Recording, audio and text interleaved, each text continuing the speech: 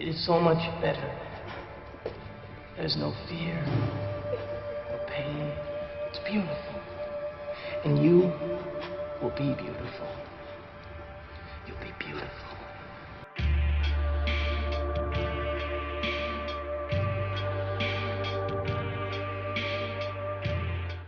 The Faculty in 1998 was one of the first horror movies I remember seeing as a young kid. I was probably around 7 or 8 years old when I first saw it. It was around the time when I first started seeing Terminator 2, Judgment Day. T2 is surely one of my favorite films of all time, and I have to say, I recognize every actor's face that came out in that movie. When I first saw The Faculty, I noticed that the cop that came out on Terminator 2 was in this movie. And since I did recognize the actor, I kept watching the movie. Years later, after coming back and seeing this movie again, I recognized most of the actors and actresses that later became even bigger stars in Hollywood. The ones I did recognize before coming back years later were Robert Patrick from T2, Famke Janssen from X-Men, Bebe Neuwirth from Jumanji, Christopher McDonald from Happy Gilmore, and Jordana Brewster from the Fast and Furious movies. Elijah Wood seemed familiar as well, but I didn't really remember which movie I saw him in.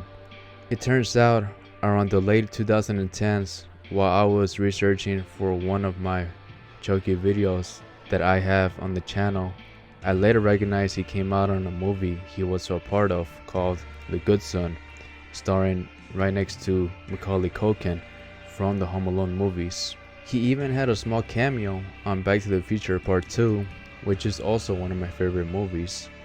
It turns out that was his first appearance in any movie ever.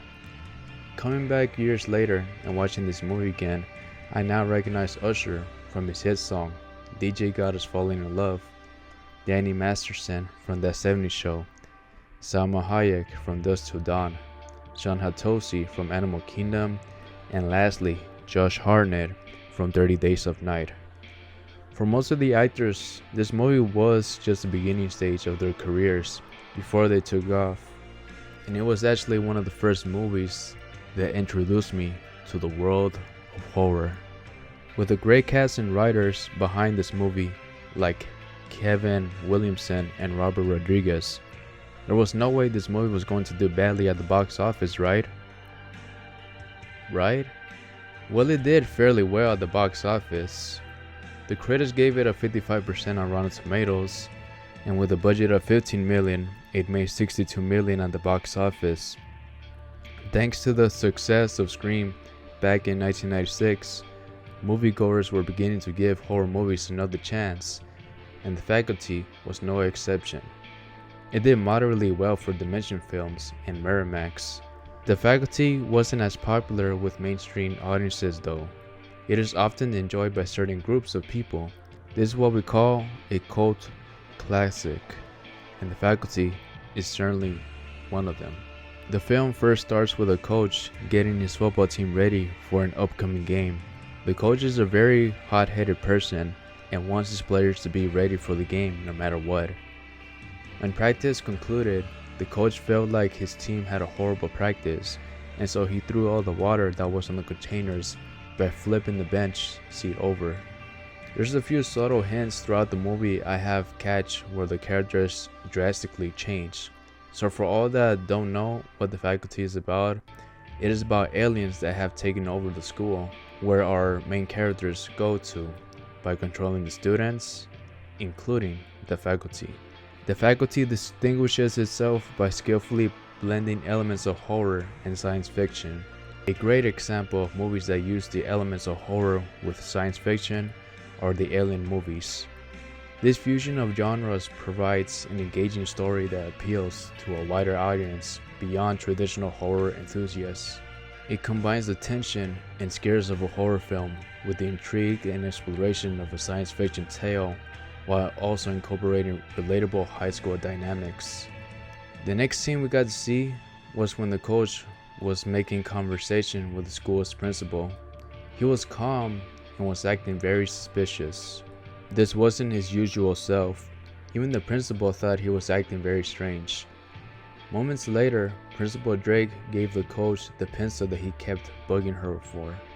With that same pencil, he penetrated it through her hand and she began to scream. "I always wanted to do that," the coach said, and that's when the principal started to run away from him as fast as she could. She barely made it out of the building alive, but little did she know that the drama teacher, Mrs. Olsen, who came back to the school for some reason, started to stab her with a pair of scissors she had with her. When the principal was knocked out, the coach was staring right at her. Mrs. Olsen said the same chilling quote that the coach said, "I always wanted to do that." We cut to the opening credits, hearing an instrumental version of the song of "Another Brick in the Wall" by Pink Floyd. The theme for the movie was very memorable, and it was very catchy for me as well. The song indeed goes with the plot of the story too. I will briefly describe all the main characters and the roles they play to save their school from the alien invasion. Casey, played by Elijah Wood, is a socially awkward student with a keen intellect and resourcefulness. He becomes a key figure in uncovering the alien invasion plot and takes a leading role in the fight against the extraterrestrial threat. Stokely, played by Clea Duvall, is a goth girl with a very rebellious attitude, but has a very sharp mind. She embraces her individuality and becomes an essential member of the group, using her intelligence and analytical thinking skills to strategize against the aliens. Zeke, played by Josh Hartnett, is also a rebellious teen with a talent for chemistry. He becomes an invaluable asset in the fight against the aliens, using his knowledge of chemicals to aid the group. Delilah, played by Jordana Brewster, is a popular and ambitious editor of the school newspaper. She initially appears self-obsessed, but eventually joins forces with the group to battle the aliens, providing valuable insight and helping to unite the students against the common enemy, which is the extraterrestrials. Stan, played by Sean Hatosi, is a popular football player and Delilah's boyfriend.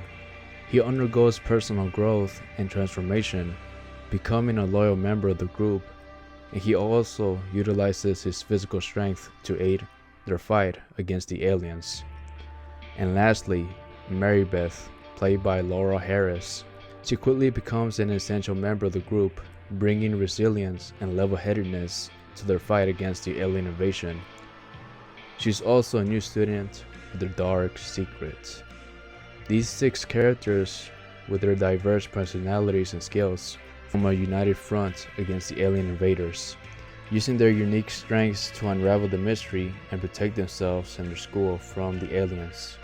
If they couldn't stop the invasion from spreading in their small hometown of Harrington, Ohio, then it would have spread all over the US. They were the only hope for mankind. The first 3 faculty members who were controlled by the aliens was the drama teacher, Mrs. Olsen, the coach, and also Principal Drake. It took less than 48 hours for them to take over the whole school. The highest position in the school is usually the school principal. In this case, Principal Drake was acting as the queen alien. They infected various teachers and staff, and also influential individuals who can assist in spreading the infection further. When a faculty member is infected, the alien takes control of their body and assumes their physical appearance, replicating their behavior and mannerisms. This allowed the aliens to operate within the school undetected, making it easier for them to assimilate more hosts. The infected faculty members, acting as agents of the alien invasion, subtly manipulate the student body and staff to further their cause. The next day, the principal was enforcing strict rules for all the students that they needed to get a checkup with the school nurse. By this time, Nurse Harper and the rest of the school staff were infected, and now they are spreading the parasite to the students. One major weakness that the aliens have is that they can't function well without water. The extraterrestrials need to consume a significant amount of water because it serves as their primary source of staying alive, and it helps them maintain their human form. One faculty member didn't make it because her body was very old, and instead of controlling the body, the host, died. The movie reveals that the alien's original form is a small slug-like creature that can survive independently, but is not capable of overpowering human resistance. To successfully infiltrate and control the human population, the aliens needed to inhabit human bodies. The aliens are shown to be particularly drawn to water, often seeking lots of it.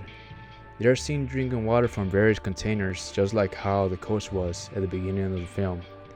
Later in the film, we got to see that all the faculty members were consuming the same amount of water as him. Casey noticed that something wrong was going on at the school because of the dead body that Delilah and him found in the faculty lounge. Not only that, but they both witnessed that the coach turned Nurse Harper into one of them as well. He came back with his parents and the police to the school for the dead body that was supposedly hidden in the closet, but instead of finding a body, the police found a mannequin instead. Principal Drake took one of the officers in the other room so she could speak with him. Casey heard something moving while this was happening, and since he did see what the coach did to the nurse, he knew for sure that the principal took control of the policeman as well. Casey's parents couldn't believe that something bad was happening at the school, and so they grounded him. The next day, when Casey went back to the school, things were starting to get even more strange that he had to speak to someone, and so he spoke with Stokely of what he noticed. The students observed changes in the behavior of their teachers and other faculty members. They noticed that some of the staff became oddly emotionless, robotic, or exhibit erratic behavior, deviating from their usual personalities. The 6 main characters ended up in the science lab, and they all came in contact with one of the faculty members. One of the students mentioned to the teacher that Casey believed he was an alien. Instead of laughing it out, the teacher asked Casey in a very serious manner, saying, "Is that true, Casey?" Zeke was about to leave the lab, but the teacher grabbed him and threw him on the floor. They all started to fight the teacher, but the teacher had tremendous strength over them. A slug was about to come in contact with Zeke, but Zeke stuck the pen on the teacher's eye. The pen contained some sort of drug that can kill the organism. Indeed, it did kill the organism. Their suspicion of everyone acting weird around them throughout the whole day was now confirmed to be true. Their school was now taken over by the aliens, and they were the last ones left. The 6 of them were walking off to the school parking lot to Zeke's car without causing any distraction.